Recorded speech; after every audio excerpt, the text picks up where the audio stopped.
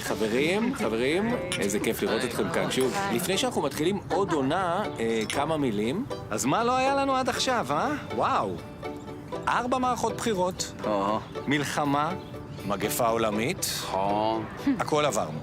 אבל יש לי תחושה ש-2022 תהיה דווקא שנה רגועה יותר. כי מה עוד כבר יכול לקרות?